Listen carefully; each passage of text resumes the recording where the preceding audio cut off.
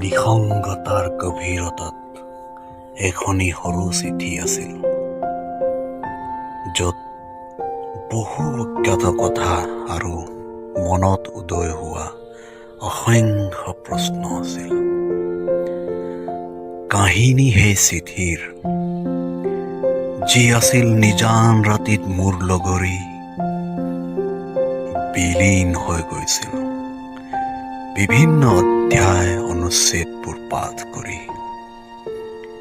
সেই চিঠিখনিৰ অক্ষৰবোৰত বহু হতাশাৰ ছাঁ লুকাই আছিল বহু অপ্ৰকাশিত কথা।